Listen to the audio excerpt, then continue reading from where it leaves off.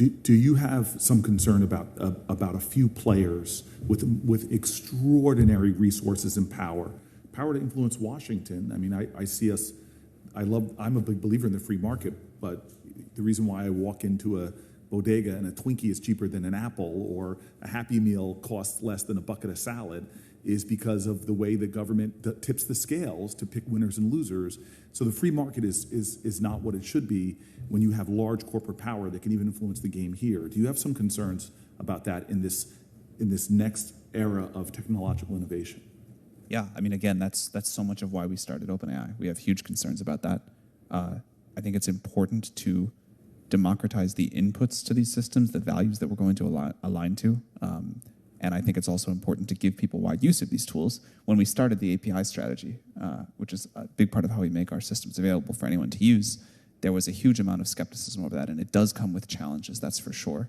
But we think putting this in the hands of a lot of people and not in the hands of a few companies is really quite important. And we are seeing the resultant innovation boom from that.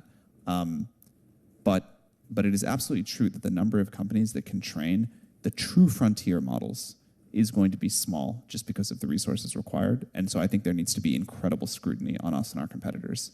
I think there is a rich and exciting industry happening of incredibly good research and new startups that are not just using our models, but creating their own. And I think it's important to make sure that whatever regulatory stuff happens, whatever new agencies may or may not happen, we preserve that fire, because that's critical.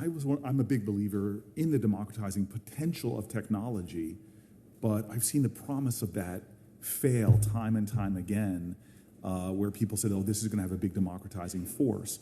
My team works on a lot of issues about the reinforcing of bias through algorithms, the failure to advertise certain opportunities in certain zip codes. But you seem to be saying, and I heard this with Web3, that this is going to be DeFi, decentralized finance, all these things are going to happen. But this seems to me not even to offer that promise, because the people who are designing these, it takes so much power, energy, resources.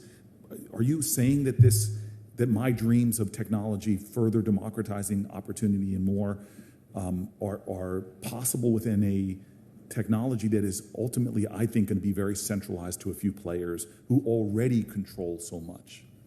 So this point that I made about use of the model and building on top of it, this is really a new platform, right? It is definitely important to talk about who's going to create the models. I want to do that. I also think it's really important to decide to whose values we're going to align these models. But in terms of using the models, the people that build on top of the OpenAI API do incredible things. And it's, people frequently comment, like, I can't believe you get this much technology for this little money.